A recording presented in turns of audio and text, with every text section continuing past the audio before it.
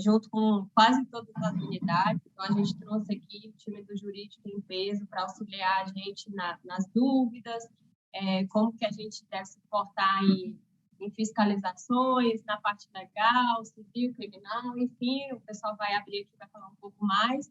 Aqui no Zoom, a gente já está com mais de 120 pessoas.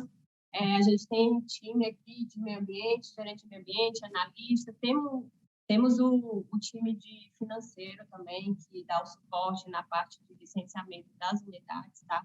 Então, a gente está com um time bem completo. A gente teve uma junção agora de áreas, então o time de segurança também vai dar um suporte na parte de licenciamento de processos ambientais, então esse time também está aqui no foco com a gente, tá?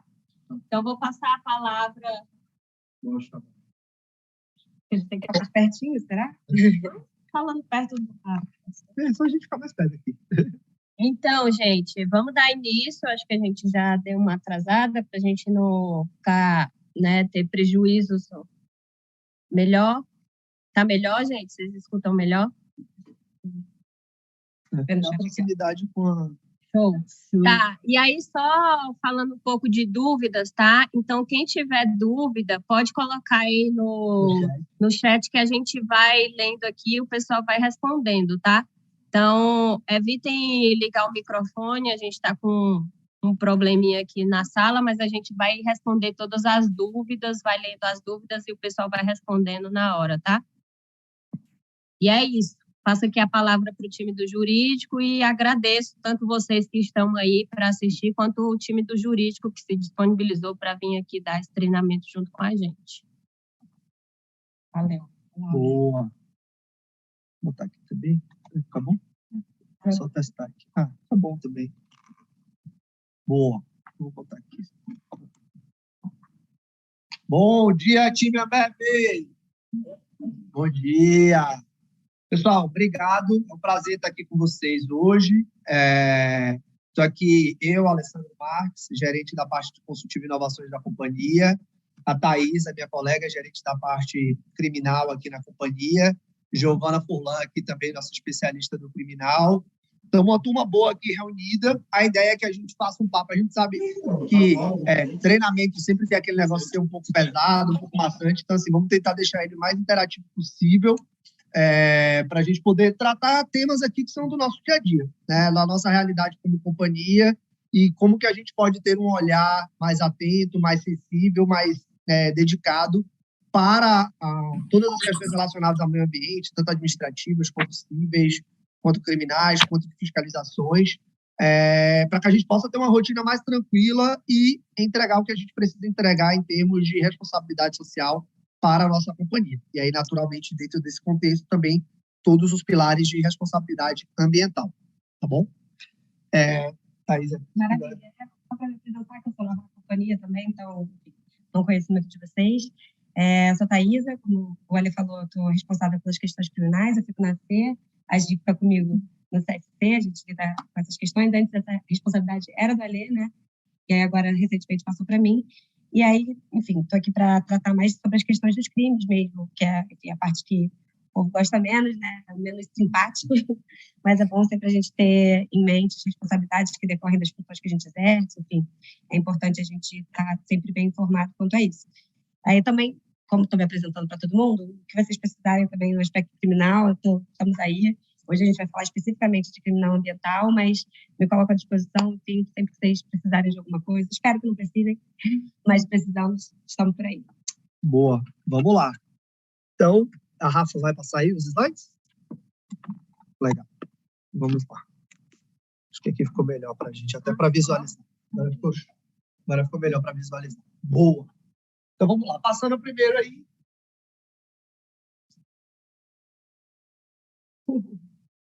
Só para a gente passar os slides. Então, o que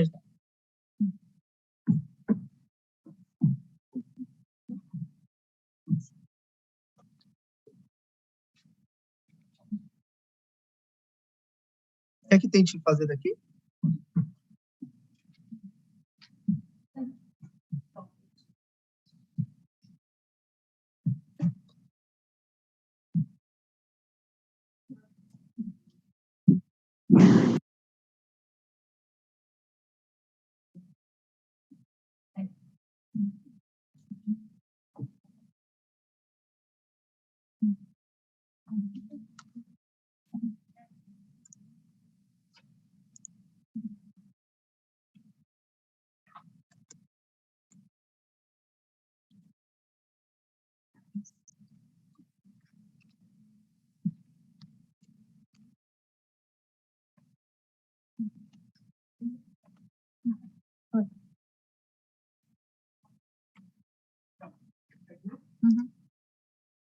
Boa.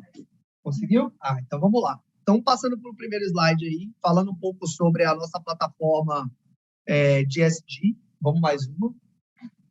Então, como todo mundo sabe, pessoal, assim, o Edu Lacerda já falou várias vezes recentemente no nosso BR Talks, e hoje toda a plataforma de sustentabilidade da companhia, do chamado ESG, que é basicamente tudo que a gente prega como pilar em termos de meio ambiente, em termos de desenvolvimento social, em termos de governança corporativa para a companhia, hoje ela é uma realidade não só como nossa proposta e dentro do contexto do nosso propósito de companhia, mas também como meta de todos os FIIs, né? Então, é mais do que algo que a gente quer alcançar, é algo que a gente converter em meta para a gente conseguir construir isso todos os dias, né? Então, a gente já tem vários posicionamentos da companhia, a gente tem compromissos relacionados à gestão de água, temos compromissos relacionados à logística reversa de embalagens dentro do contexto da Política Nacional de Resíduos Sólidos, nós temos compromissos com o projeto Bacias, enfim,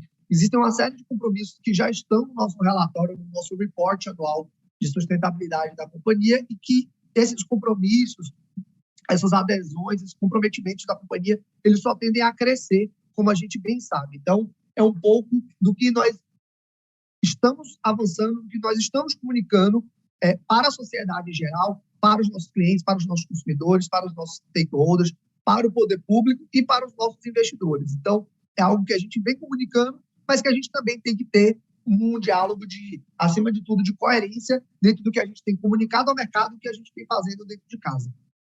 Vamos mais uma. E aí, falando um pouco dos pilares, né? Então, assim, o que a gente tem de comprometimento desde a alta liderança até o nível da gerência e o nível operacional da companhia. Então, assim, a gente tem que pensar na perpetuidade do que a gente quer construir, né, dentro do contexto da visão de longo prazo. Já tem essa parte de vinculação de metas e bônus, como a gente comentou, em que a sustentabilidade, né, esse compromisso com o meio ambiente, ele seja um ponto de partida para tudo que a gente quer construir em inovação, né? Esse é um drive que a gente tenta dar de uma maneira muito clara para todo o time de inovação.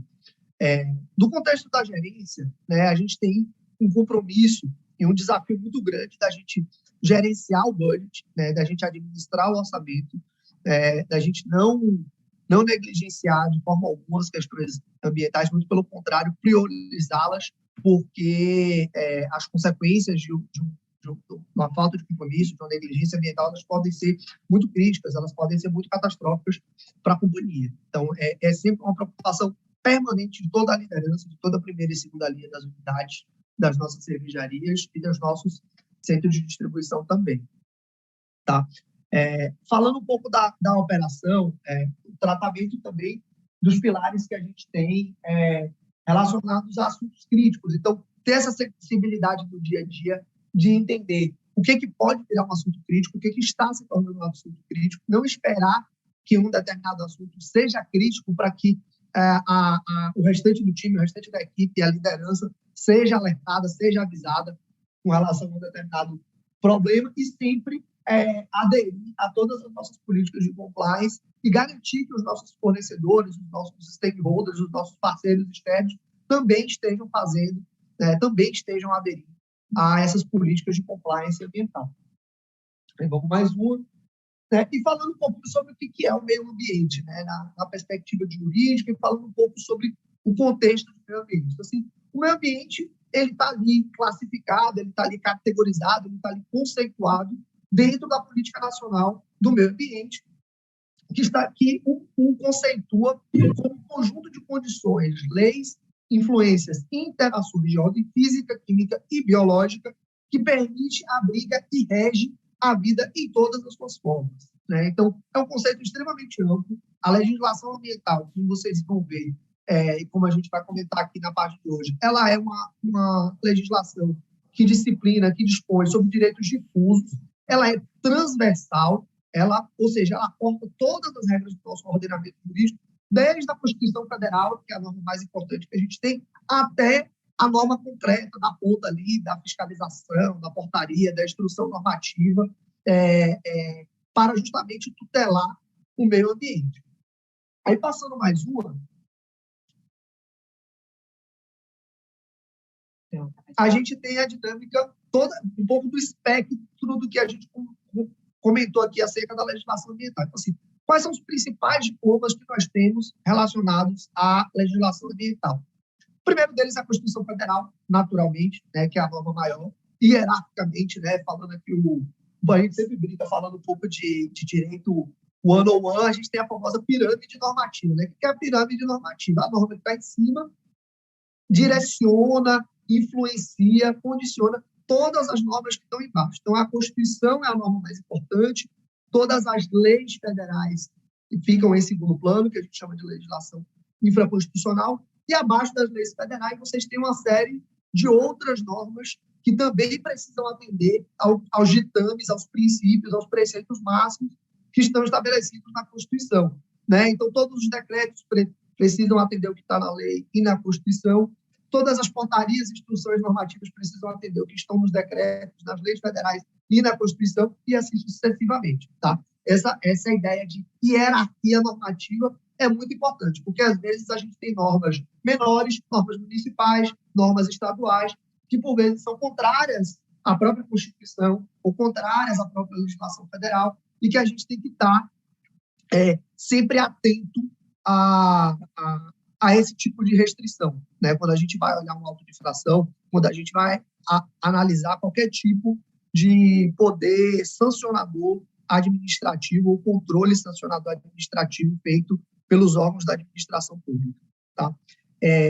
Ademais, a gente também tem outros diplomas normativos, outras leis federais que tutelam o meio ambiente. Quais são essas leis? A Política Nacional do Meio Ambiente, a Lei Federal 6.938, a gente também tem a Política Nacional de Recursos Hídricos, a Lei de Crimes Ambientais, que a minha colega Thaisa vai comentar um pouco sobre ela mais à frente, mas que também foi um marco dentro da tutela do meio ambiente no Brasil. A Política Nacional de Resíduos Sólidos, pessoal, que é algo que a gente vem trabalhando bastante como setor. Né? Hoje a gente vem trabalhando tanto como Sincerv, em parceria com a Heineken, como outras associações, como a ABIR, dialogando com a Abvidro, tentando construir um racional junto com a coalizão de embalagens que permita a logística reversa, o retorno de tudo que a gente produz em termos de embalagem, seja quando a gente trata do vidro, seja quando a gente está tratando do plástico, do shrink, seja quando a gente está tratando da própria logística reversa do alumínio, enfim. E, por fim, mais recentemente, no ano de 2012, a gente teve a edição também do Código Florestal, aí falamos só das principais normas nacionais. Né? Mas um ponto muito importante da gente falar é que a competência no sentido de atribuição, de possibilidade de legislar sobre o tema, de editar normas sobre esse tema, ela é concorrente na matéria ambiental. Ou seja, tanto a União, o governo federal, quanto os estados, quanto o município, quanto o Distrito Federal podem e vão editar normas relacionadas à tutela, à disciplina jurídica do meio ambiente. Tá bom? Passando mais uma, falando aqui sobre a dinâmica de responsabilização em matéria ambiental. A responsabilização ela é ampla. Tá? Hoje, nós temos uma dinâmica no Brasil, tanto na perspectiva do Código Penal, do Código de Processo Penal, quanto do Código Civil e do Código de Processo Civil, e ainda da Lei de Processo Administrativo Federal, que é uma dinâmica que prevê a responsabilidade independente em cada uma das esferas. O que é isso na prática, pessoal? O que é isso na prática? Traduzindo em miúdo, a gente está falando aqui que um determinado dano ambiental, uma determinada infração ambiental, ela pode ser passível de punição, ela pode ser sancionada tanto a nível de direito civil, e aí ações indenizatórias, ações reparatórias, propostas tanto pelo Ministério Público quanto por qualquer um dos cidadãos em geral, via ação popular, por exemplo, né? Se a gente acha que pode estar tendo um prejuízo ao meio ambiente, um prejuízo que é o erário, cabe à ação popular, como administrativamente, que é o que a gente costuma ver no dia a dia. Então, a Secretaria do Meio Ambiente vai lá, faz uma fiscalização, o INEA, a CETESB, todos os órgãos do meio ambiente, fiscalização da Prefeitura Municipal. Então, eles também podem aplicar punições, sanções administrativas relacionadas a eventuais infrações ambientais. E, por fim, o Ministério Público, em matéria penal, também o pode fazer para fins de responsabilização. Então, a gente tem o mesmo fato que pode ser punido em 3 esferas diferentes de legislação. Uma ação ou uma omissão, que também é interessante dizer, porque às vezes a gente acha que só uma atitude, enfim, ativa tem como gerar uma responsabilização, mas às vezes o não fazer também pode ocasionar tanto, enfim, todas essas esferas. É isso aí. E aí a gente colocou aqui nos slides alguns tipos de penalidades, mas a gente vai tratar um pouco mais adiante, né? Isso aqui é um pouco do que a gente já explicou, do que isso significa na prática, né? Então, assim, a companhia pode responder para a recuperação de danos ambientais, independentemente de dolo ou culpa. O que é isso, independentemente de dolo ou culpa? Independentemente desde que haja, né, obviamente, como premissa, como pressuposto básico, uma ação ou omissão da companhia. Isso significa dizer, do ponto de vista prático, de que ocorrendo um determinado dano, o fato tendo acontecido, esse fato ele tem um vínculo, ele tem um nexo de causalidade com qualquer operação nossa da companhia, seja das nossas cervejarias, seja dos nossos CDBs, seja dos nossos parceiros logísticos, por exemplo, de entrega, ela pode ser imputada, ela pode ser direcionada, ela pode ser jogada contra a companhia. Tá? Isso é muito importante, porque destaca, chama a atenção para toda a responsabilidade que a gente tem dentro da nossa cadeia logística, dentro da nossa cadeia de suprimentos, de também exercer um poder de fiscalização sobre todos que integram a nossa cadeia logística, a nossa cadeia de suprimentos. Então, do campo ao copo, não é só uma mensagem bonita, não é só um slogan, é também um statement de responsabilidade que a gente tem da companhia, desde a produção dos nossos insumos, das nossas matérias-primas no campo, até a entrega no copo do consumidor, nos nossos PDVs, seja no AS, seja no OTAN, tá bom? E aí, passando mais um pouco mais do que a gente já falou sobre responsabilidades independentes, né? Falando que esse ponto é muito importante, que documentos particulares não são oponíveis a terceiro, ele fala assim, mas a gente tem um contrato com o fornecedor que prevê uma cláusula de compliance ambiental. Sim, isso é muito bom para resguardar qualquer prejuízo financeiro que a companhia tenha no futuro. Mas isso não vai resguardar a companhia necessariamente numa eventual ação civil pública proposta pelo Ministério Público, né? Isso possivelmente vai atenuar a pena da companhia nessa ação judicial, mas ela não vai exibir, ela não vai extirpar, ela não vai extinguir, ela não vai impedir a apuração de culpa da companhia dentro dessa dinâmica, né? Isso é muito importante. E na esfera ambiental, ou na esfera administrativa ambiental. Então, na esfera administrativa ambiental, isso também pode ter uma mitigação ou até mesmo uma exclusão da responsabilidade da companhia, na esfera administrativa. Mas na esfera civil e na esfera criminal, não necessariamente, porque, como a gente falou, são responsabilidades independentes. Tá bom? Competência comum e concorrente para legislar, a gente também já comentou um pouquinho, acho que a gente pode passar.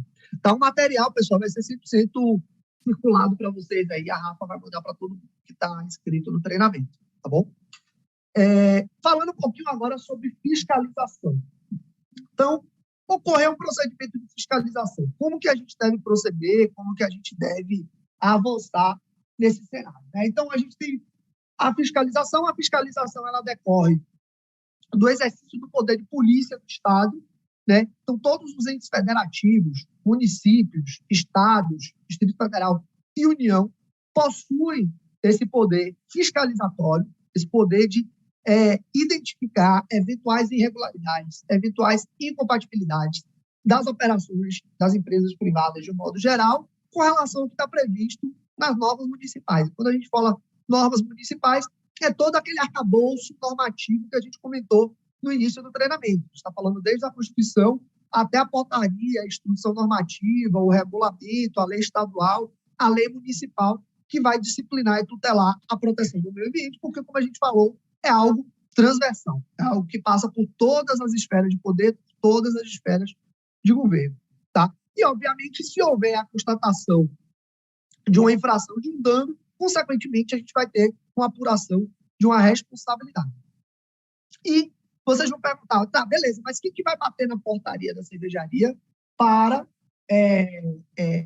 fazer o exercício desse poder de polícia? A gente tem diversos órgãos, né? A gente tem o Ministério Público, se vocês quiserem falar um pouco sobre os órgãos também, para contextualizar. Não, mas é isso mesmo, é como ele falou, são vários órgãos diferentes que podem bater para esse tipo de fiscalização. E é importante a gente ter em mente que a fiscalização é o início, né, de todo um processo, de todo um problema que a gente pode vir a ter. Então, enfim, são órgãos de vários estados, né, unidades da federação diferentes, porque, como ele falou, a competência é concorrente, tanto para legislar também como para fiscalizar. Então, temos o MP, Ministério Público Federal, Estadual, temos o IBAMA, alguns órgãos ambientais estaduais, enfim, que todo mundo conhece, órgãos municipais também.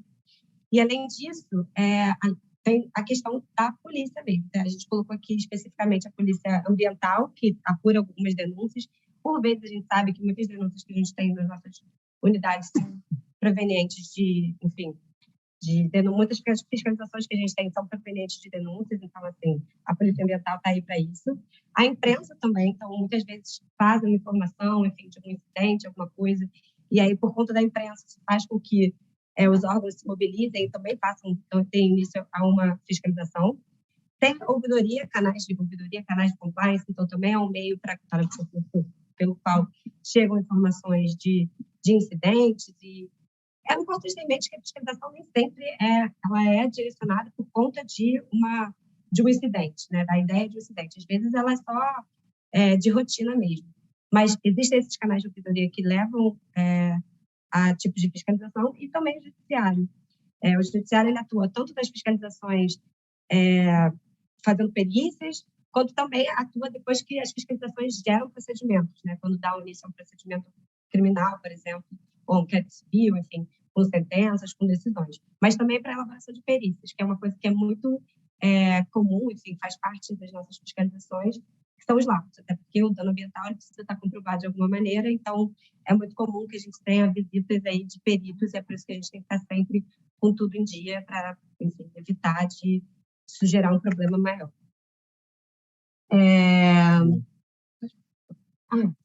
Falando um pouco sobre a dinâmica das fiscalizações, né?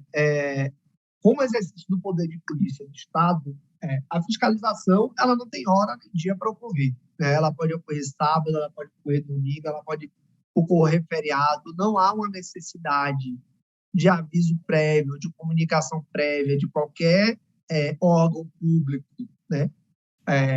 Para que ele realize uma fiscalização na cervejaria.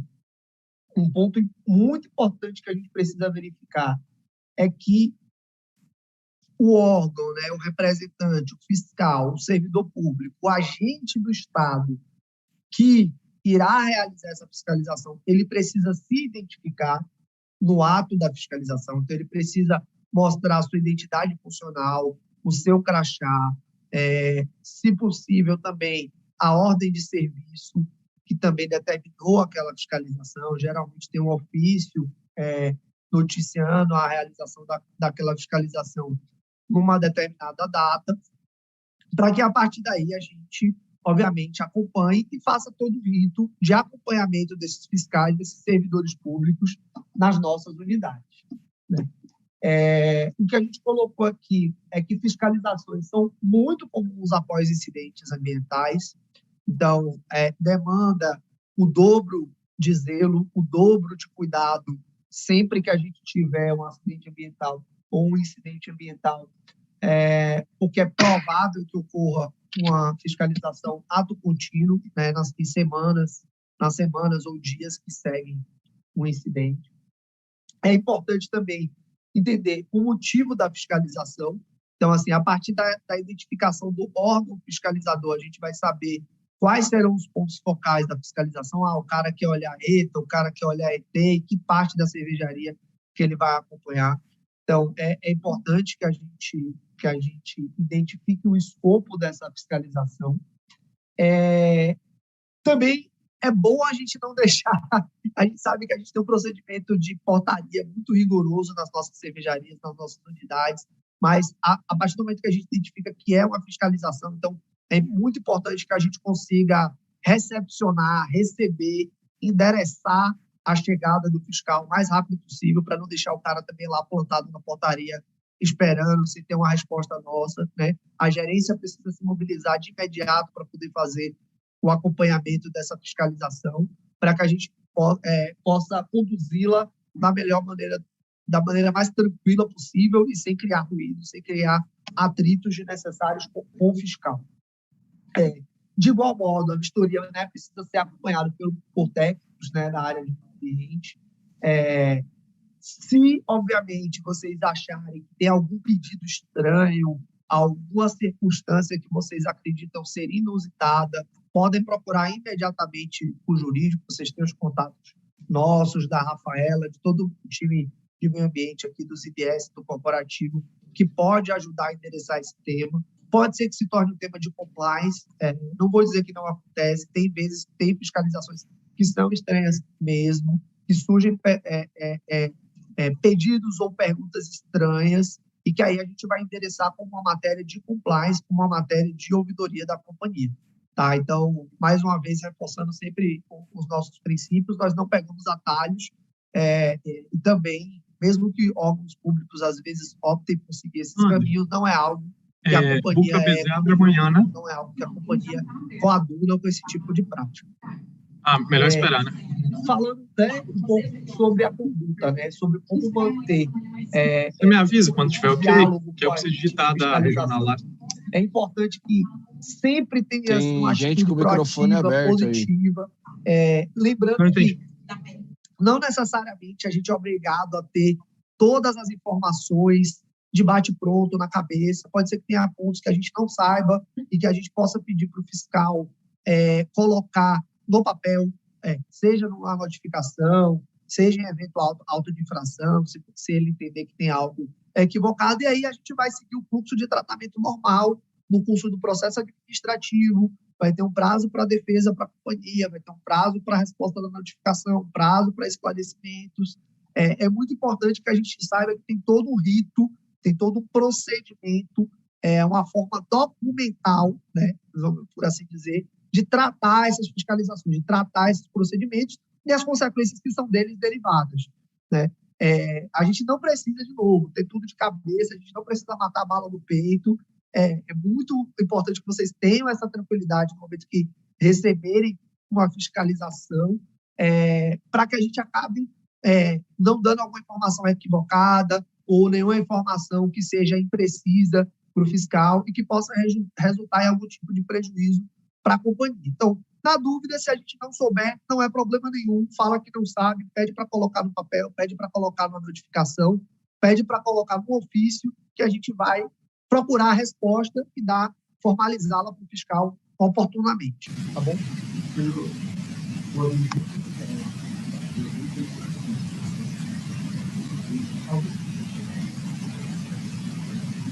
Eu acho que a turma vai ouvir melhor. Alessandro, só uma dúvida aqui.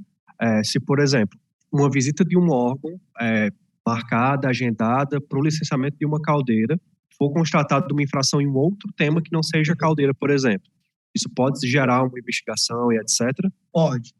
Ótima pergunta. Apesar da fiscalização, ela demandar, ela necessitar ter algum foco específico, isso não afasta a possibilidade de que o órgão apure uma eventual infração em outra temática, mas também relacionada ao meio ambiente. Muito difícil acontecer o que a gente chama de fiscalização cruzada. Às vezes acontece. É muito mais comum, por exemplo, na área de qualidade. Então, se você perguntar, você já viu fiscalizações, por exemplo, do Ministério da Agricultura alegando infração de dispositivos às normas da Anvisa, por exemplo, já, e vice-versa também, que é mais comum porque está relacionado à área de qualidade. Mas se você falar, você já viu alguém de meio ambiente discutir uma norma de qualidade. Não, não necessariamente. É possível? Teoricamente é possível, porque tudo que tiver dentro do escopo do poder de polícia daquele ente federativo, daquele órgão, é possível. Agora você fala, uma fiscalização estadual ou municipal verificar isso, você acha provável? Não, de forma nenhuma. Por quê? Porque o município não vai fiscalizar necessariamente o cumprimento da norma da Anvisa ou do Ministério da Agricultura do MAPA, né? Porque são órgãos federais. Então, é mais como que os órgãos federais fiscalizem o seu escopo de atuação, os órgãos estaduais, consequentemente, mas sempre amparados pela legislação ambiental federal também, né? Mas dentro de uma mesma temática, dentro do mesmo pilar. Se tiver tudo dentro do universo do meio ambiente, eu acredito que é possível, sim. Hoje o que a gente vê muito é meio ambiente cruzando com normas de segurança, né? Hoje sim, a gente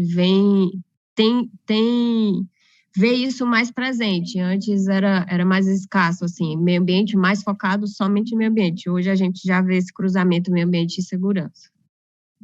Ô, Ale, só mais uma dúvida. Quando se pede documentação, tem algum prejuízo a gente entregar algumas coisas já no momento e outras a gente pedir a solicitação, ou melhor a gente guardar tudo? Não, me faz uma solicitação formal de tudo que eu te mando tudo em conjunto? Depende muito.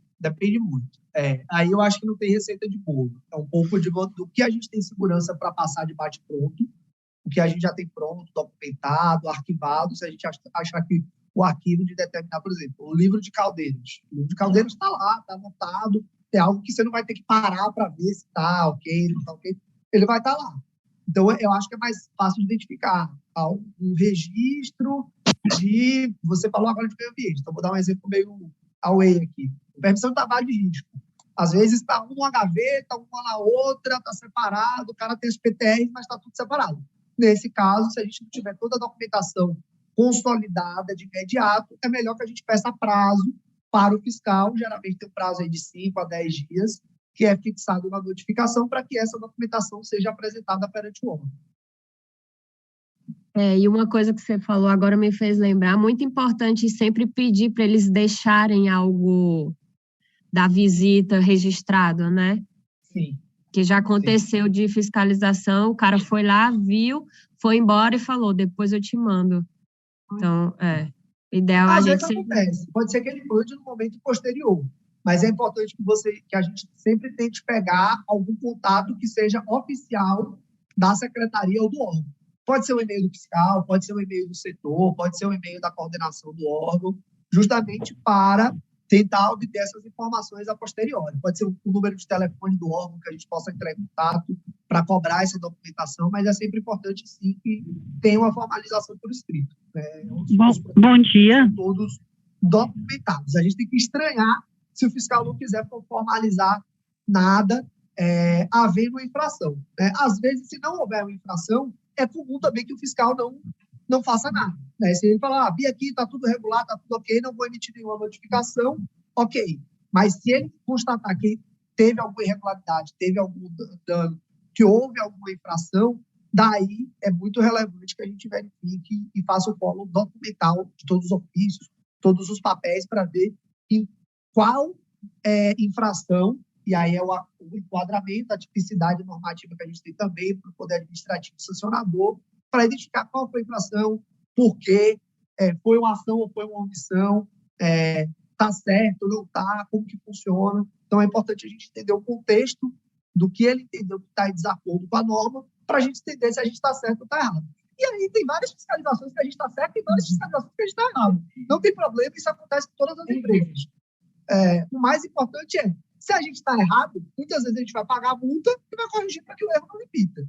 Se a gente está certo, a gente vai brigar, vai apresentar a defesa e vai tentar desconstituir aquele auto de infração, seja na esfera administrativa, e geralmente essa esfera administrativa tem 2 instâncias, dentro do ente público, seja no âmbito do judiciário, via ação anulatória, via alguma outra medida, via mandado de segurança, ou alguma outra medida judicial cabível, a depender do caso.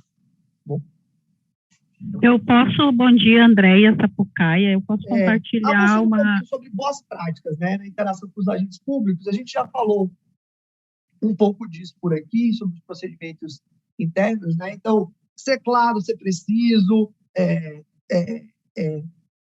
não utilizar linguagem de duplo sentido, demonstrar tudo de uma forma muito lícita, muito clara, ter coisa muito importante. Aí foi bom que a Rafaela tocou no ponto da comunicação, eu fiz questão de deixar esse slide, eu deletei metade do slide, porque estava muita informação, mas eu fiz questão de deixar esse tópico aí para bater num ponto que é o uso do WhatsApp. Turma, muito cuidado com o uso do WhatsApp com qualquer fiscal. A gente sabe que nós temos muita interação hoje em dia por meio de aplicativo de mensagens em geral, mas quando a gente está tratando de matéria de fiscalização, é fundamental que todas as comunicações elas sejam formalizadas por e-mail, tá? Então, assim, sem prejuízo do fiscal mandar uma mensagem, você trocar um e-mail, você saber qual é o telefone do cara, ele lhe dá um telefone de contato do órgão, isso não tem problema.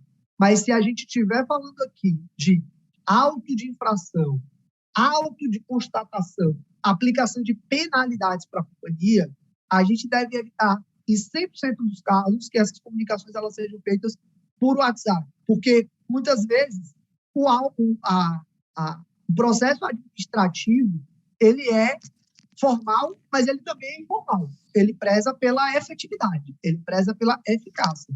Então, a partir do momento que, se eu sou um fiscal, eu mando um auto de infração para o seu WhatsApp, você apareceu os 2 ticks lá, dizendo que você recebeu, que você leu, você respondeu o cara, isso dá ciência imediata para a companhia e começou a contar o prazo para a gente responder. Só que a gente sabe que tem todo um fluxo de abrir chamada, etc., de mandar para o jurídico, de chegar, do pessoal do time do Legal CSC direcionar para a gente e tal. Nisso, vocês sabem que a gente já perde 3, 4 dias de prazo. Então, é muito importante que, de fato, essa comunicação a gente consiga tê-la dentro do prazo estipulado, né? Que, de fato, isso seja feito por ofício. Quanto mais a gente poder ganhar prazo nessas notificações, é muito útil, é muito válido, inclusive para nós, aqui do jurídico, termos tempo de processar a informação, mobilizarmos todos os times daquela unidade, entendermos o que aconteceu de fato, para, a partir daí, caminharmos, minutarmos, elaborarmos algum tipo de resposta. Tá bom?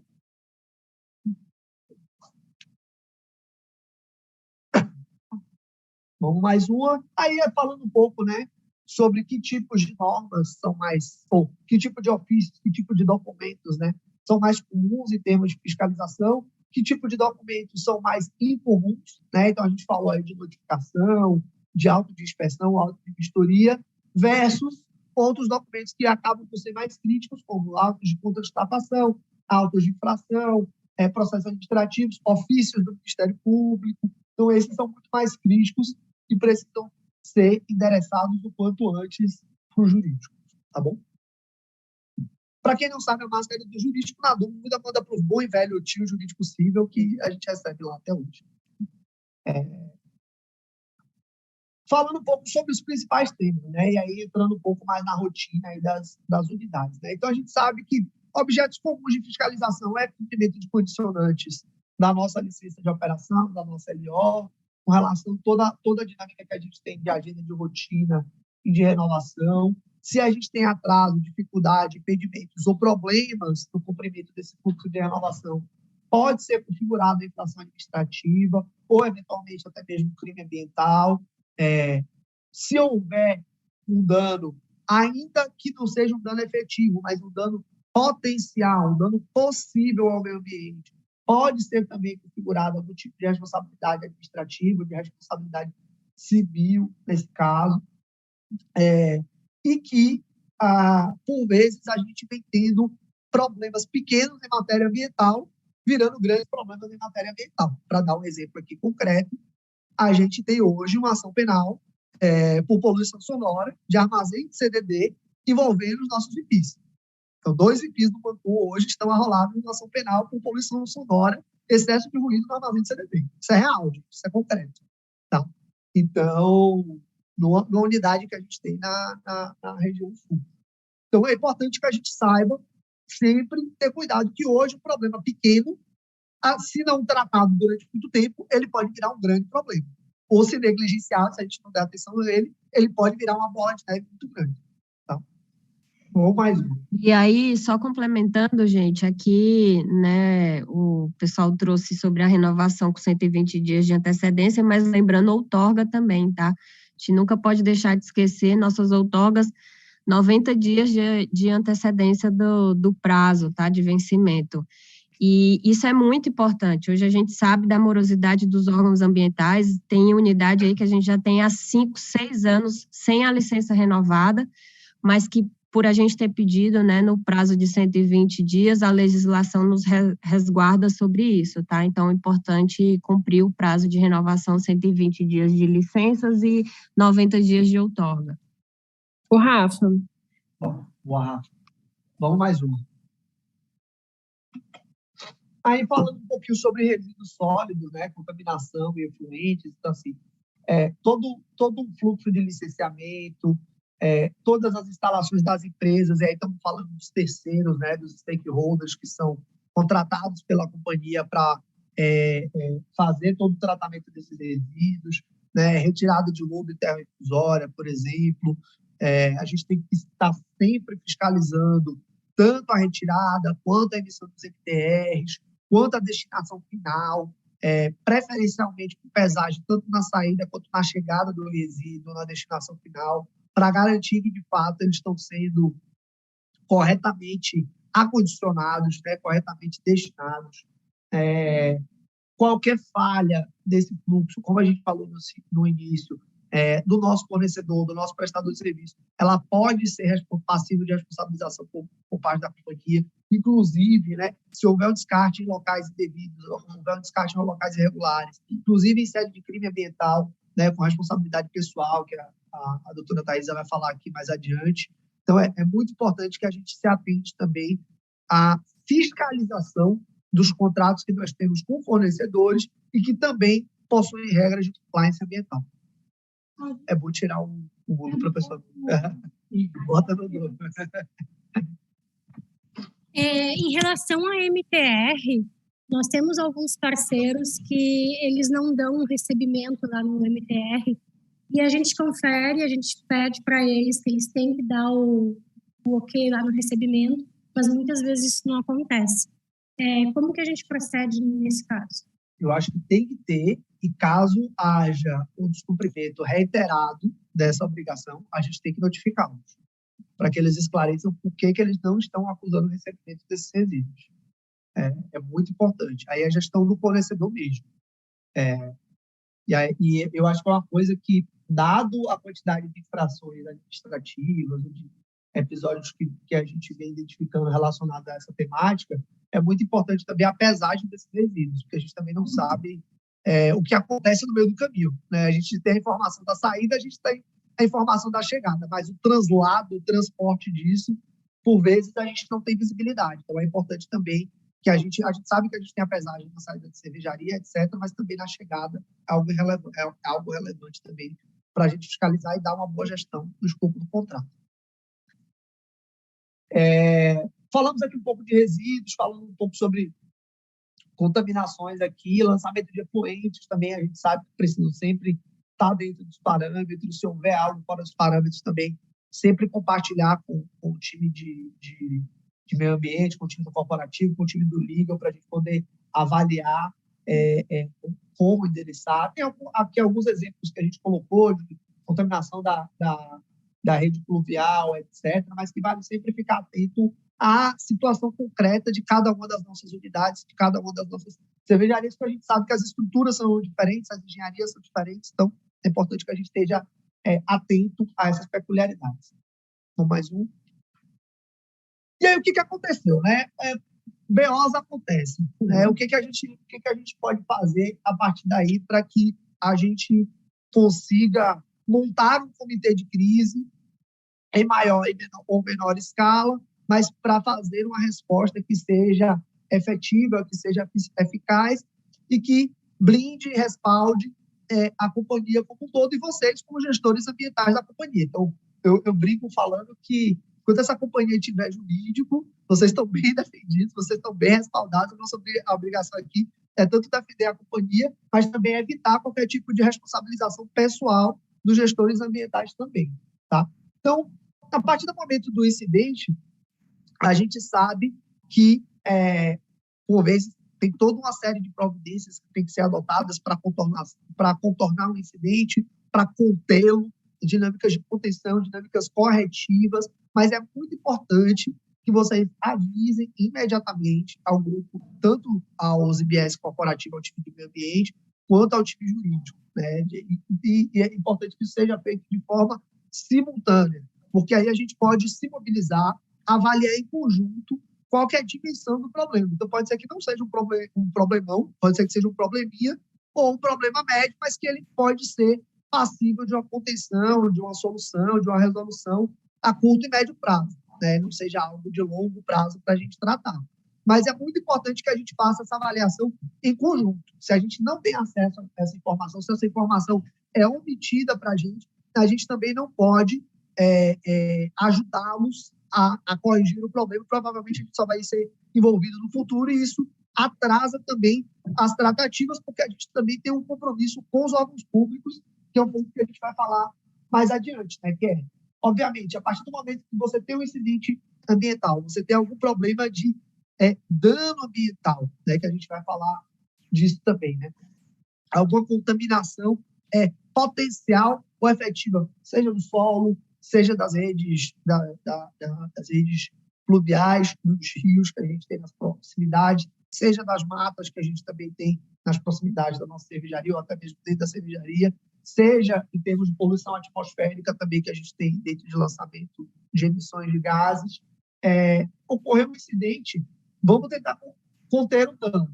Passo número 2 é preparar um relatório técnico para a gente saber o dimensionamento do problema, né? O que aconteceu, qual foi a falha, onde foi a falha, foi erro de procedimento, foi erro de maquinário, onde que está dentro da cadeia da linha do tempo. Isso vocês sabem, fazem muito bem, já é algo mais do que consolidado, mais do que solidificado em termos de BPO, mas é importante que vocês encontrem a cadeia, a linha do tempo, para identificar qual foi o nexo de causalidade ali que gerou aquele problema e aquele dano, né? E aí o passo número 3 é comunicar o órgão ambiental. A gente também tem o dever de reportar, né? A gente não pode omitir, porque se a gente omitir essa informação do órgão ambiental, isso pode ter repercussões criminais. Isso pode ter uma repercussão, por exemplo, de, ao invés de um determinado delito, ao invés de um determinado crime, ele ser considerado culposo, né? Ou seja, por imprudência, negligência ou imperícia por parte da companhia, ele pode ser considerado doloso, ou seja, o agente, né, o membro do Ministério Público ou o Judiciário pode dizer, não, a companhia omitiu intencionalmente ou falhou ao reportar essa informação para o órgão público porque ela desejou não comunicar, né? Ela quis abafar o caso pode ser considerado como dolo eventual, a depender do caso. Acho que tem uma dúvida, acho que o Denilton levantou. Bom dia, tudo bem? Denilton aqui. Uma dúvida. Você estava comentando anteriormente com relação a uma ocorrência específica e entender só esse nível de responsabilidade do que diz respeito a transporte de carga, quando a gente fala de produto acabado ou quando a gente fala de insumo. Em que nível a responsabilidade da planta se associa ou isso a gente consegue estar vinculado aos contratos com o transportador, por exemplo, no caso de transferência de líquido entre unidades ou insumos de produtos químicos? Como que isso está associado a como a planta interage em uma eventual ocorrência?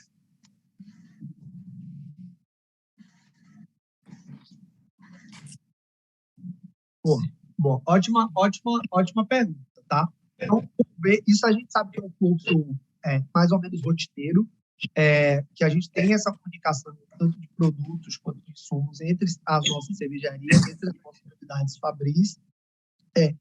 E a resposta aqui ela é bem tranquila. É uma responsabilidade solidária das duas unidades. As duas unidades têm que fiscalizar tanto a remessa, tanto a saída, quanto a chegada, quanto o translado. Ela é uma responsabilidade compartilhada do ponto de vista da gestão do contrato.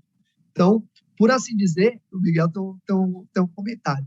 Por assim dizer, estou falando aqui da perspectiva da legislação, para o poder público, para a Secretaria do Meio Ambiente, para os órgãos, vai haver um olhar unificado para a companhia com relação a esse tema. Mas pode comentar, Miguel. Ô, Alessandro, meu comentário não é em relação a isso, não.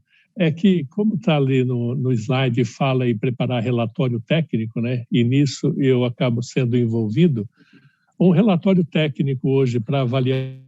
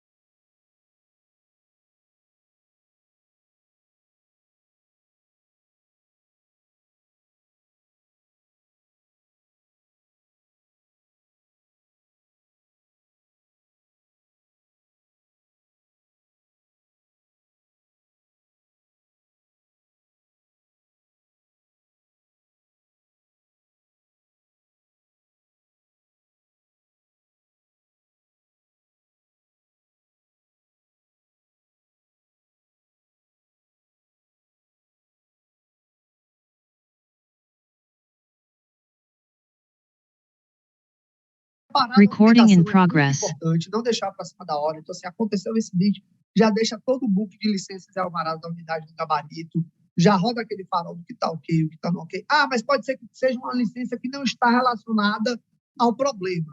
A cervejaria não tem AVCB.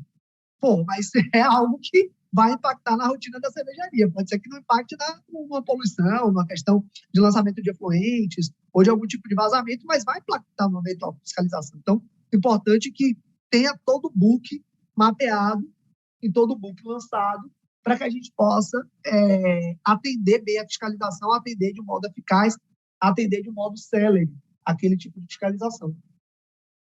Tem mais uma pergunta chegando aqui da Adriele. Voltando um pouco em relação às outorgas de uso dos recursos hídricos, mesmo tendo realizado a solicitação dentro do prazo de 90 dias e gerado o protocolo junto ao órgão estadual, alguma outra forma de anuência comprobatória e documental para continuar usando o recurso, caso haja atraso do órgão finalizador de deferir o processo? Isso é um ponto muito relevante, tá? É um ponto muito importante que se a gente entender que há uma mora, há um atraso, há um retardo por parte do órgão ambiental na avaliação de um determinado requerimento, determinado pedido de renovação nosso de licença ou de concessão de algum tipo de licença, vocês também têm que comunicar ao jurídico, dividir com o time corporativo, para que a gente possa endereçar. A gente tem medidas tanto administrativas quanto medidas judiciais para suprir essa omissão. Se a gente acha que essa omissão ela está sendo não intencional, mas ela está sendo por conta de sobrecarga do órgão, morosidade, falta de análise técnica, necessidade de conversão e diligência para a obtenção de novos documentos, novas informações, a gente pode, tanto nós aqui do jurídico, quanto o nosso time de relações corporativas, de relações governamentais, pode interagir com o órgão, fazer essa interface com o órgão para solicitar um retorno, né? Ou pedir uma audiência, pedir uma agenda para despachar com o responsável pela emissão desse licenciamento. Se a gente achar que está sendo algo intencionalmente atrasado, aí naturalmente a gente pode pensar em adotar essa providência e eventualmente até outras providências que sejam até mesmo judiciais nesse cenário. Tá? Não sei se eu respondi, Adriane, mas é mais ou menos esse cenário que a gente tem. E um ponto de atenção, gente, é não deixar para a última hora, né, nem os 120 dias e os 90 dias, e atenção que não é dar entrada no sistema, tá? A gente precisa realmente, de fato, isso virar processo dentro do órgão ambiental. Então, não é fui lá, abri, gerei um protocolo, já estou garantido nos 120 dias, 90 dias, tá? Não é isso. Então, a gente tem que entrar com toda a documentação, pagamento de taxa. Após tudo isso, se gera um processo no órgão ambiental. E aí, sim, a gente fica respaldado, tá? Então, muito cuidado com isso. A gente teve um exemplo aí nesses últimos meses de uma unidade que entrou com menos de 120 dias, mas por burocracia de documentação, perdeu o prazo da abertura, o processo foi aberto junto ao órgão, né, por causa dos trâmites de documentação, após os 120 dias. Então, a gente perdeu essa garantia aí da legislação e a licença venceu, mas, assim, por um estreitamento de relacionamento junto ao fiscal, dentro do prazo estabelecido, da validade da licença, ele emitiu a nova. Mas se ele não tivesse emitido, a gente não teria essa garantia porque perdemos essa questão de abrir o processo por 2 dias. Tá? Então, muito cuidado com isso também. E uma coisa que a gente faz em algumas unidades é o estreitamento, né, com o órgão, com o fiscal, com o gerente do órgão, a gente consegue, às vezes, um atestado de que o processo, né, tá vigente lá no órgão, que está tudo ok e que a gente realmente está aguardando, né, devido à morosidade de alguns órgãos, a gente tá ok, mas está aguardando a renovação da licença. Então, isso é possível em alguns órgãos, alguns fiscais emitem isso, tá? Tipo um atestado de ok, não sei como que fala. Boa. Aí vamos mais uma. Falando um pouco da responsabilidade administrativa, aí tem basicamente, né, como que é a dinâmica da responsabilidade, né? E aí estamos caminhando do meio para o fim. Falando um pouco da responsabilidade administrativa. Então, tem diversas disposições. A responsabilidade administrativa, é importante que vocês saibam, ela é uma responsabilidade que ela é fixada por normas locais. O que a gente está falando aqui de normas locais? São ou leis municipais ou leis estaduais do município ou do estado que esteja localizado, que esteja situado a nossa unidade, né? E aí a gente vai ter, geralmente, cada estado, cada município tem um book de infrações administrativas diferentes, porque, como a gente falou lá no início, a legislação ela é concorrente, ou seja, todos os entes federativos, municípios, estados e União podem disciplinar a tutela do meio ambiente, inclusive na parte de infrações administrativas, de responsabilidade administrativa. A responsabilidade administrativa ela vai ser subjetiva. O que é isso no final do dia? Ela é individualizável a partir do sujeito que deu causa, né, a uma determinada conduta que, seja por uma ação ou omissão, possa gerar algum tipo de lesão ao meio ambiente ou lesão aos procedimentos que são voltados para a tutela do meio ambiente. Fala assim, poxa, mas a gente não renovar a licença no prazo ou deixar de apresentar um documento pode ser considerado infração? Pode. Às vezes, você deixar de pagar uma taxa de licenciamento ambiental é uma infração administrativa. Você vai ter uma multa do mesmo jeito. É algo grave? Não necessariamente, mas pode ser que se torne. Então, tudo depende do dimensionamento e é importante que vocês tenham muito clara a questão da proporcionalidade. Então, tudo depende do dimensionamento do dano que aquela conduta pode causar ao meio ambiente, né? E baseado sempre em 2 princípios. E aí, se da parte civil / administrativa, se vocês puderem sair com 2 informações, com 2 conceitos na cabeça, talvez sejam esses. Que é a ideia tanto do princípio da precaução / prevenção, que todo o sistema normativo de legislação ambiental do Brasil, ele é voltado justamente para prevenir incidentes, para evitar danos ao meio ambiente, que é o primeiro pilar.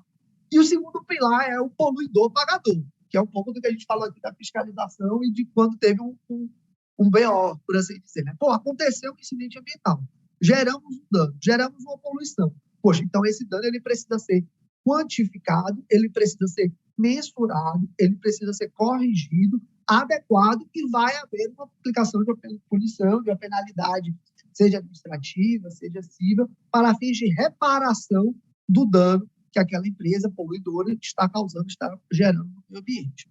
Tá? Aí podemos ir mais aí, a gente fala um pouco de prescrição, onde está previsto.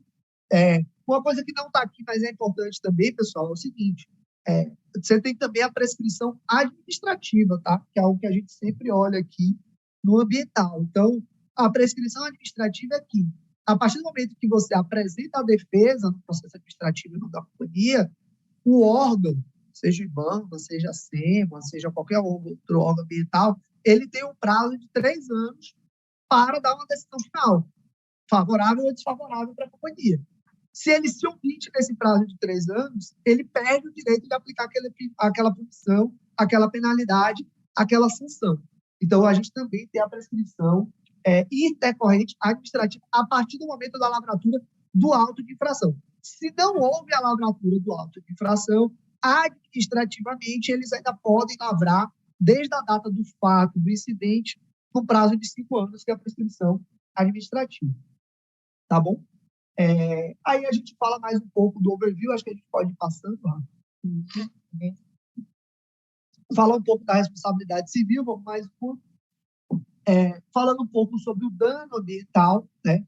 Então, a responsabilidade civil ambiental, ou seja, a responsabilidade que é apurada principalmente por meio dos órgãos públicos ou pelas vias judiciais de apreciação, e aí eu estou falando tanto da participação do Ministério Público ou da participação da sociedade civil em geral, como, por exemplo, via ação popular, ou de associações de defesa do meio ambiente, por exemplo, elas são solidárias. A responsabilidade, dessa perspectiva, ela parte da premissa de uma responsabilidade solidária, objetiva, entre todos os integrantes da cadeia produtiva que, por ação ou omissão, possam ter dado causa àquele dano ambiental, àquele potencial ou efetivo impacto negativo no meio ambiente. Tá? Esse é o conceito.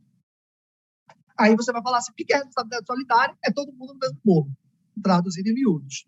É fornecedor, é a companhia, é a cadeia de suprimentos, é o cara que vendeu a matéria-prima, é todo mundo que está dentro da mesma cadeia, tá?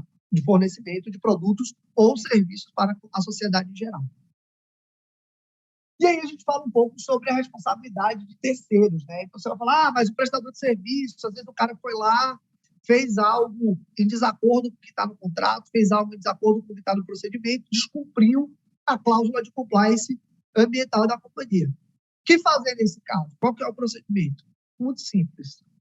Primeiro passo, evidências. Precisamos de evidências para entender, para configurar esse descumprimento contratual do fornecedor. 2, notificar. A gente tem que notificar, dar um prazo para que ele apresente esclarecimento, se não for algo cabal, se não for algo inequívoco. E 3, rescindir o contrato com o cara, né? E, eventualmente, fazer algum tipo de compensação, de conta de contas, porque pode ser que lá na frente venha algum tipo de multa, de auto-infração, de penalidade, que porventura seja direcionada para a companhia. Então, a gente tem que, obviamente, fazer esse fluxo também alinhado sempre com o jurídico, com o time, para poder acompanhar esses tempos e movimentos de evidências, notificação, rescisão, distrato do contrato no gabarito. Tá? E, obviamente, o fornecedor ele também pode ser responsabilizado, né? Tanto administrativamente, quanto civilmente, quanto criminalmente. O fato da gente desconhecer a conduta do fornecedor ele é menos pior, ele é menos maléfico para a companhia. Ele denota, ele permite inferir que a companhia não fiscalizou corretamente o contrato, ou seja, ou não estaria fiscalizando corretamente o contrato, mas, por outro lado, que a companhia não deu causa diretamente a um determinado dano ambiental. Então, é aquela história do bom ou ruim. O melhor dos cenários é que nada saia fora do fluxo mesmo.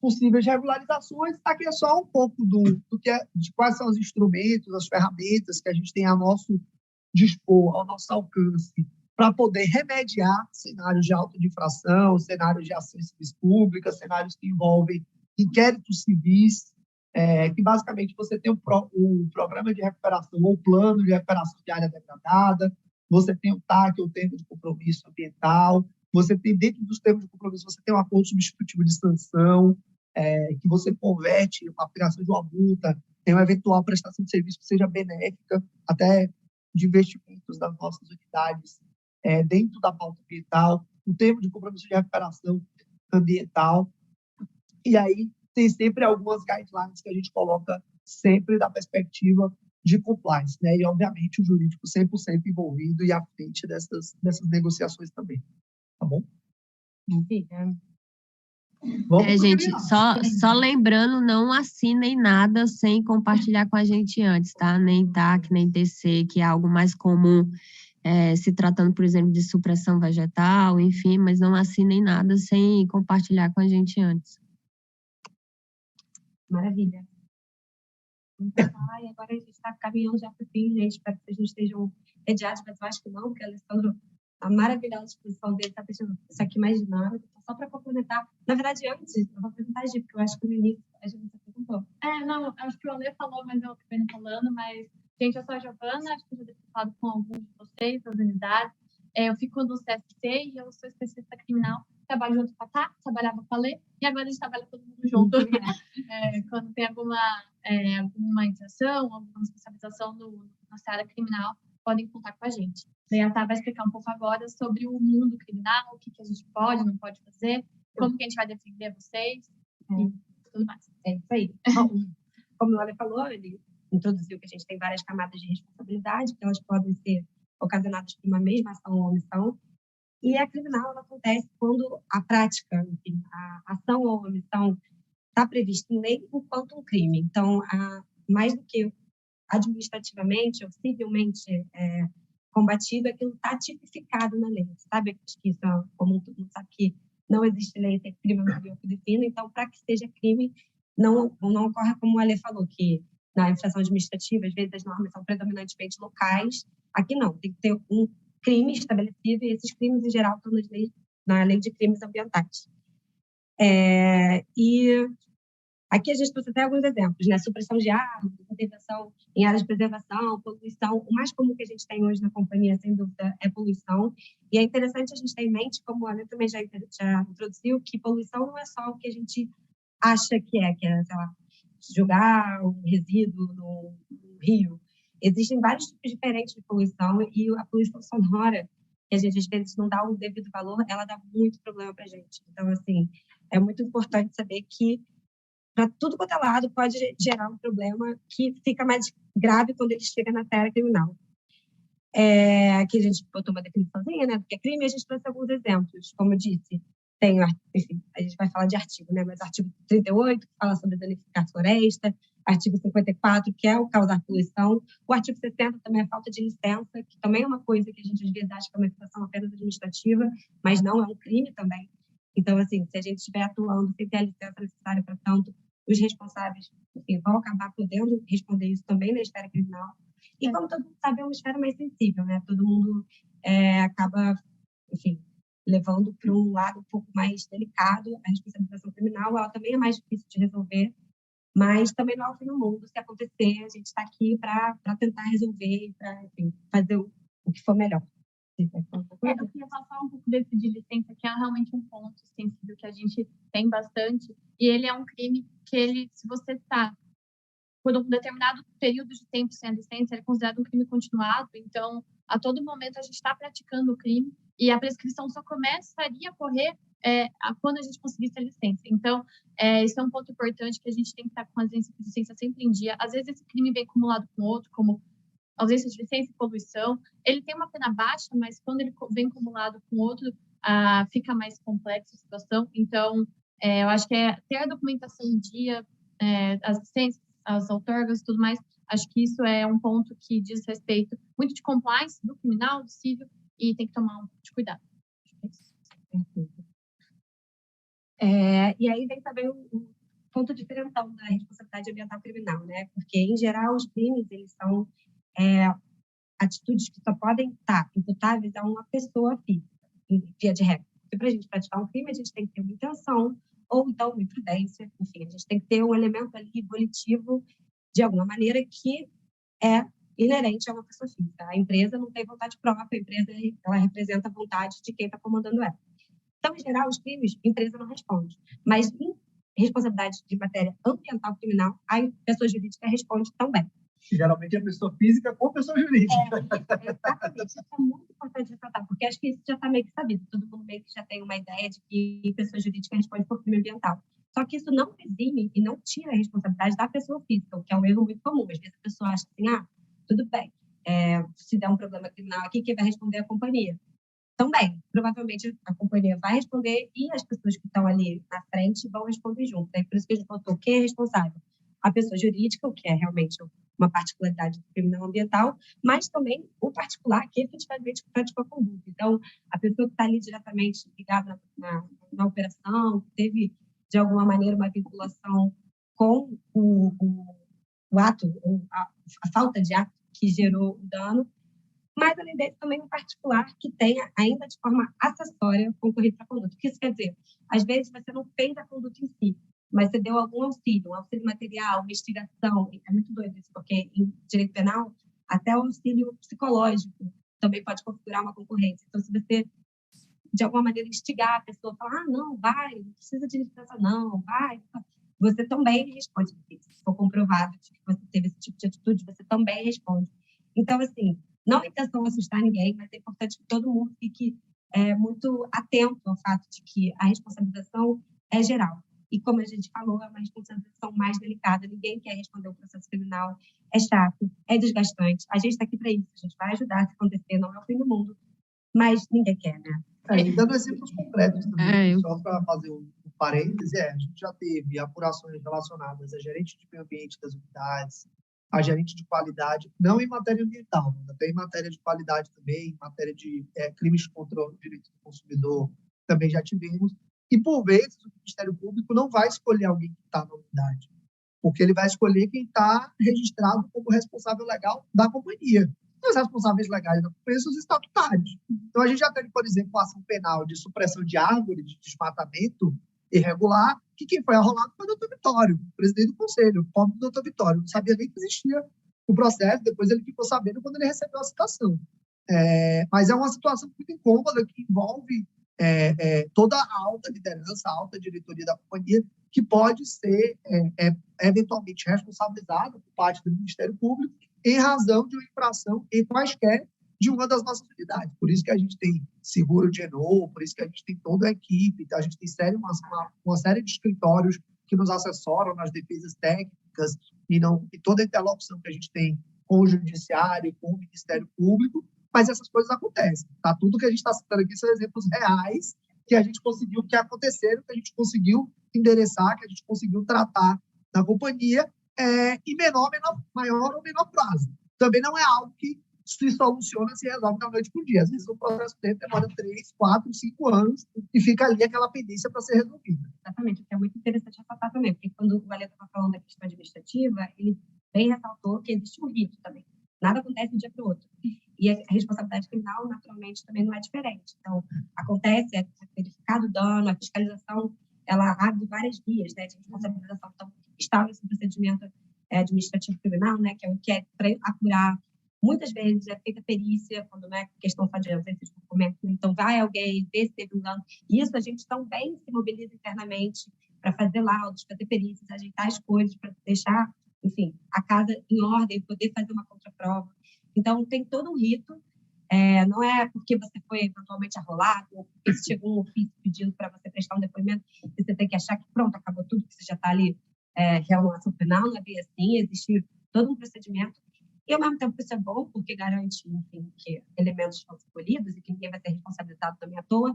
Tem a parte ruim, que costuma demorar. Então, assim, mais uma vez, ninguém quer ter problema, mas só ressaltando aqui que, realmente, quando dá problema, é chato. Então, a gente tem que tentar, enfim, fazer de tudo para evitar chegar nesse ponto.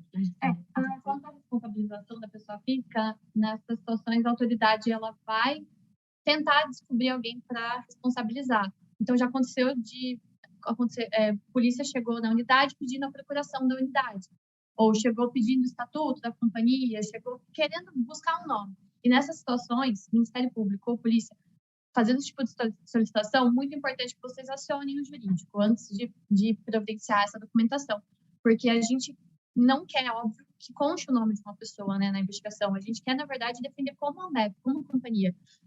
Então, esse tipo de solicitação das autoridades também acionem sempre o jurídico. Sempre, gente. Não deixe o problema crescer antes de reportar para a gente, não. Eu sei que às vezes o jurídico é chato, mas é importante que a gente esteja sempre bem alinhado. Eu ia passar, mas na verdade antes, estava só falando de pena, todo mundo gosta de saber de pena, porque é criminal, né? E aí as penas, elas variam de natureza e quantidade, a depender do crime, né? Alguns crimes são mais graves, outros menos graves. Existem penas restritivas de liberdade, então existe, assim, tal combinado, que você pode, em tese, ser preso, mas também não é assim. Enfim, para se chegar lá, tem que ter...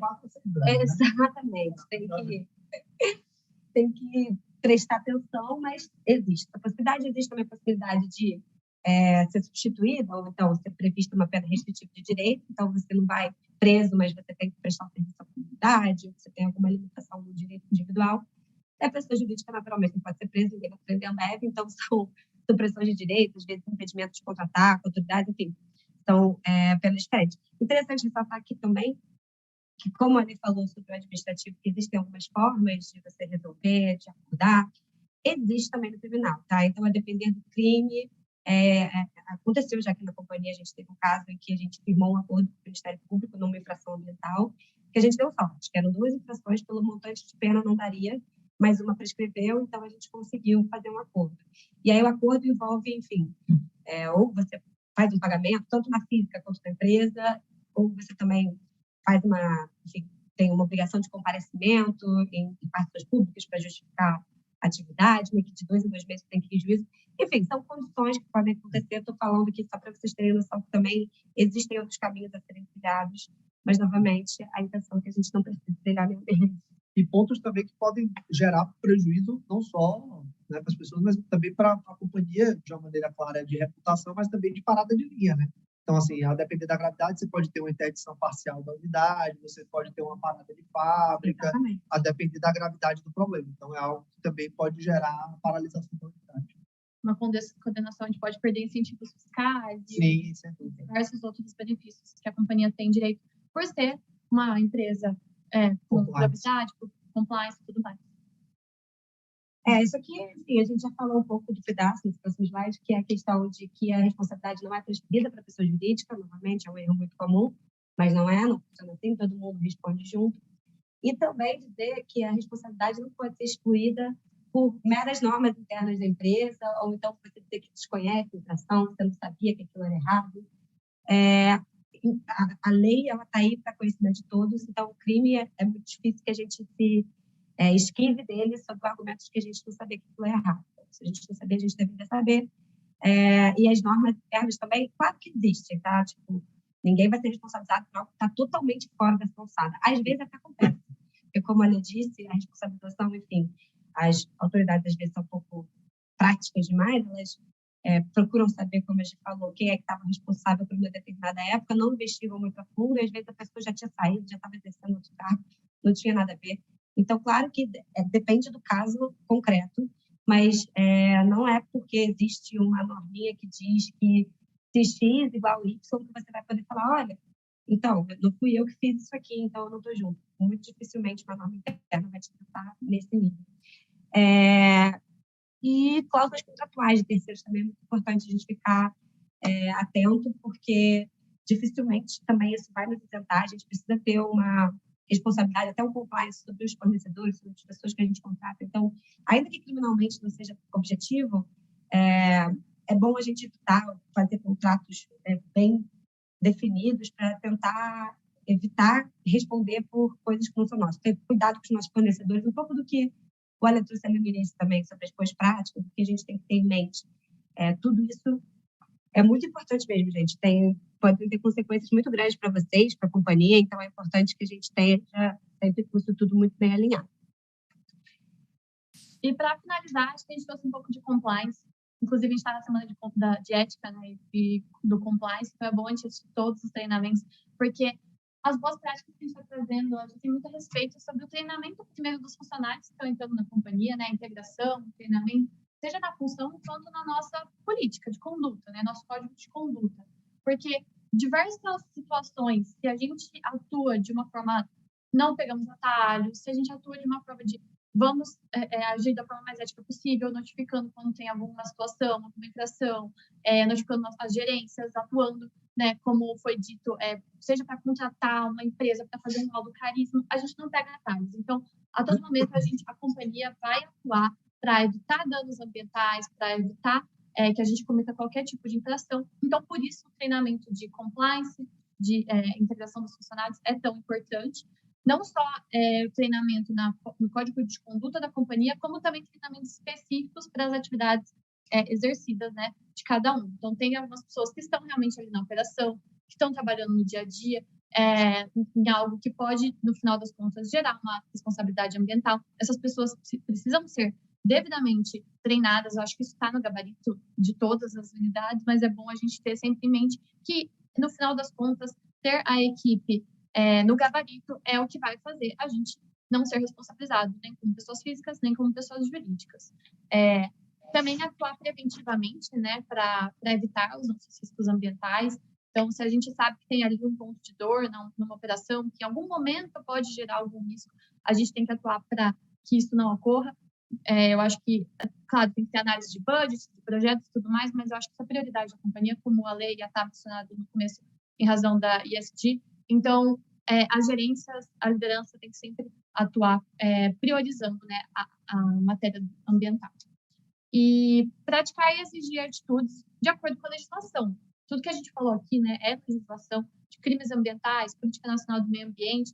Então, a gente não só exigir políticas internas, como também a legislação no geral, né? Não cometer crimes, coisas que vocês já sabem. Acho que isso nem precisa falar muito. Pode passar, por favor. Como eu falei, né, sobre respeito de políticas internas, adotar uma atitude participativa, ser exemplo de compliance e, o que a gente já falou muito, mais acionar o jurídico e o time de compliance, caso tenha alguma situação que saia um pouco ali da curva, que vocês identifiquem que precisa haver uma investigação interna, por exemplo. É sempre muito importante. E acionar o canal de ouvidoria, né? Acho que é isso, Rafa. Não é aqui mesmo, acho que fechou. Isso. Boa. Vamos para abrir para o Q&A, agora no final. Eu quero fazer respostas. Então, o microfone está aberto aí, quem quiser falar, ou quem quiser mandar. Quem quiser.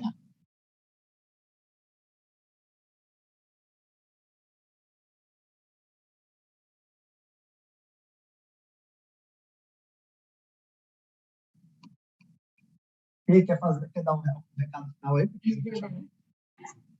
Vem para cá. Você precisa aparecer aqui, né?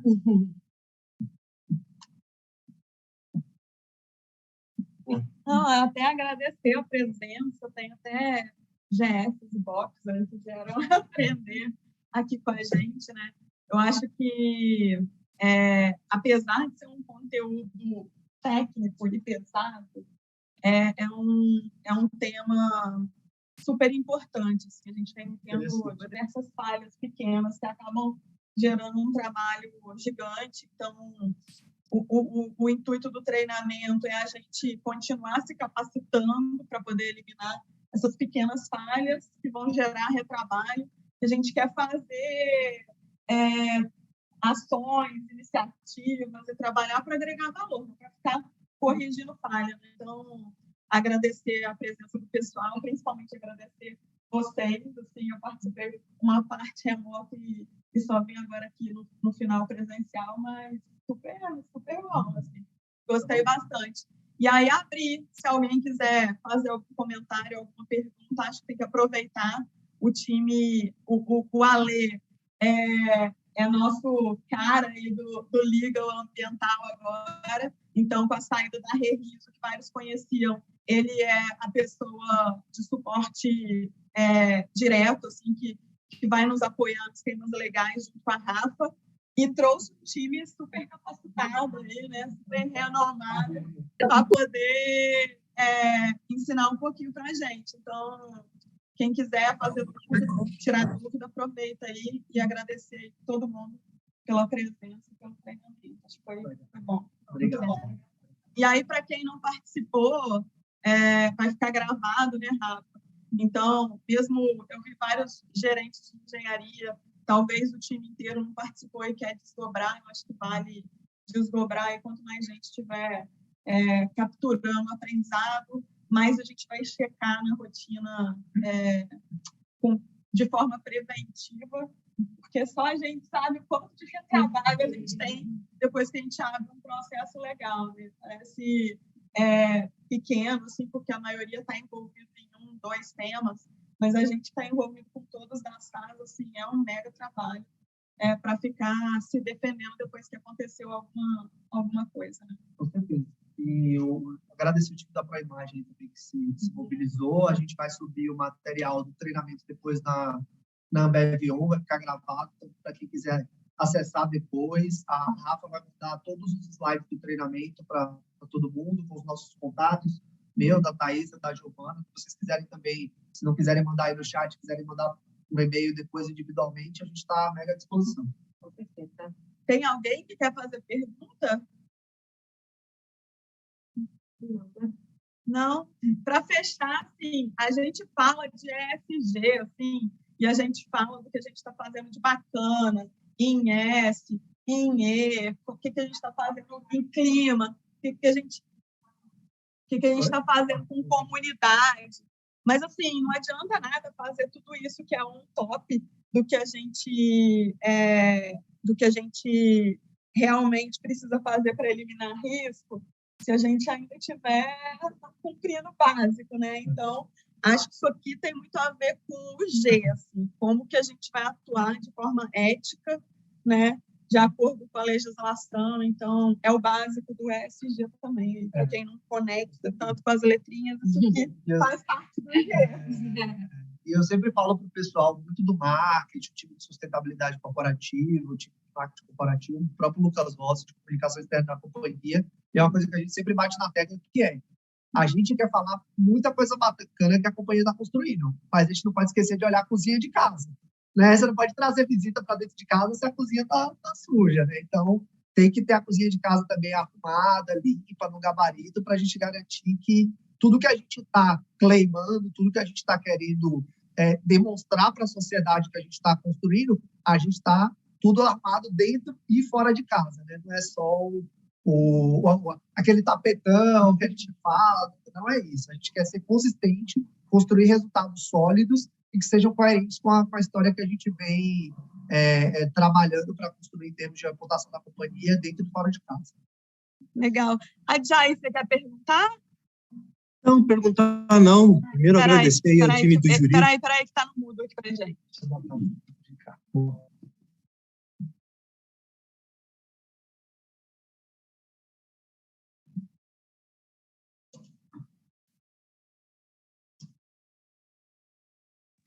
Pode falar, agora a gente consegue. Tá legal. Perguntar não, mas agradecer ao time do jurídico. Acho que eu não vi aqui poucas pessoas que participam de projetos, né? Eu acho que o tema é super pertinente, né? Porque a gente sempre aqui nas operações, a gente leva uma pressão, né? Porque muitas vezes a gente